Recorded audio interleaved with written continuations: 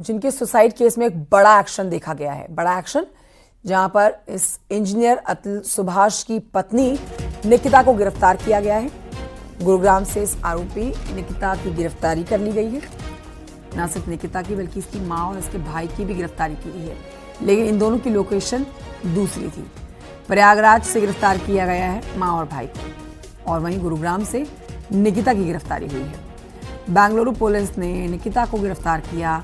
आरोपी निकिता को कोर्ट में पेश किया, जिसके बाद कोर्ट ने 14 दिन की न्यायिक हिरासत में भेजा तीनों को।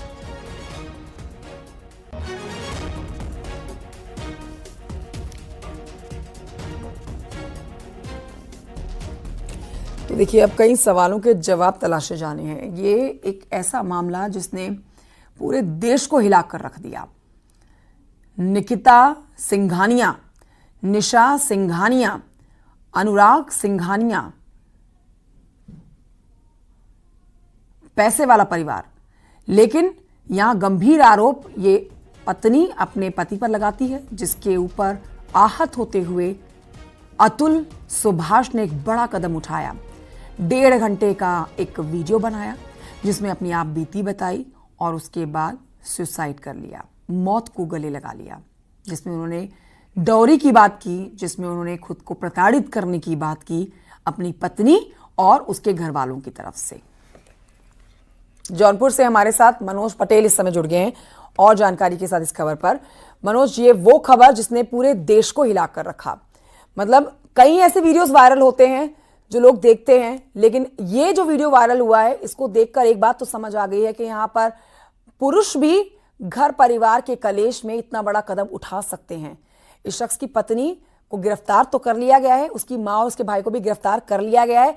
अब ये मान के चला जा सकता है कि इनसे कई सवालों के जवाब तलाशे जाएंगे, क्योंकि जिस हत्या को इन्होंने अंजाम दिया है किसी के ऊपर प्रेशर बनाकर, उसकी सजा इनको मिलनी होगी।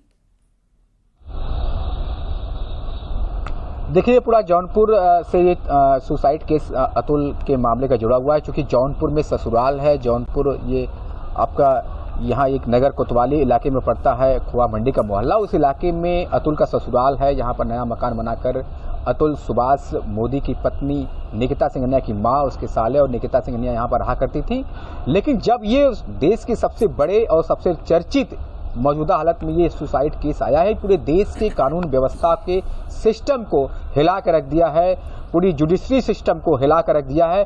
जैसा अतुल सुभाष ने मरने से पहले जो सुसाइड नोट और वीडियो जो बनाकर वो उन्होंने मेंशन किया है, वायरल किया है, उस लिहाज से देखा जाए तो न केवल इस देश में बल्कि पत्नियां पीड़ित रहती, बल्कि पति भी इस कदर पीड़ित रहते हैं कि उन्हें जो है पत्नी प्रताड़ना से तंग आकर खुद मौत को गले लगाना पड़ता है। इस पूरे मामले में बेंगलुरु पुलिस जो है मृतक के भाई विकास की तहरीर पर उसकी पत्नी निकिता और मां निशा, साला अनुराग सिंघानिया समेत चाचा सुशील समेत कुल 4 लोगों के खिलाफ मुकदमा दर्ज कर लेती है। मुकदमा दर्ज करने के बाद अब पुलिस जो है जौनपुर में डेरा डालती है। बेंगलुरु पुलिस की जो सीधी फ्लाइट से आती है जौनपुर, वाराणसी एयरपोर्ट से होकर जौनपुर आती है, फिर वहां से पहुंचकर जो है बाई कार यहाँ जौनपुर पुलिस स्टेशन पहुंचती है। वहां से जो कागजी कोरम की कार्रवाई है, कागजी कोरम की कार्रवाई करने के बाद अगले दिन जो है निशा सिंघानिया के घर पर पहुंचती है, जहां पर उसका ससुराल है, अतुल सुभाष का ससुराल था। वहां पर जब ताला लटका हुआ मिलता है, पहले से ही घर छोड़कर उसकी मां और निकिता सिंघानिया की मां, उसका भाई जो पहले से फरार हो चुके हैं, लगातार न्यूज 18 विषय पर हलो भी कर रहा था और लगातार बात करने का, उनके पक्ष को जानने का प्रयास कर रहा था।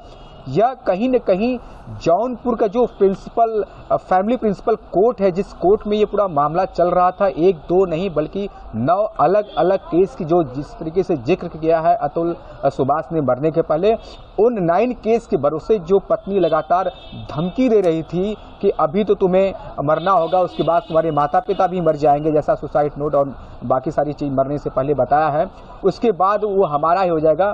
तो इस लिहाज से अगर देखा जाए तो लगातार जो है भरण पोषण का जो केस की शुरुआत होती है, वहां पर कोर्ट द्वारा जो है बताया जा रहा है कि फैसला भी कर लिया जाता है कि भरण पोषण 40,000 रुपए एक छोटे से बच्चे की मेंटेनेंस को तय करती है।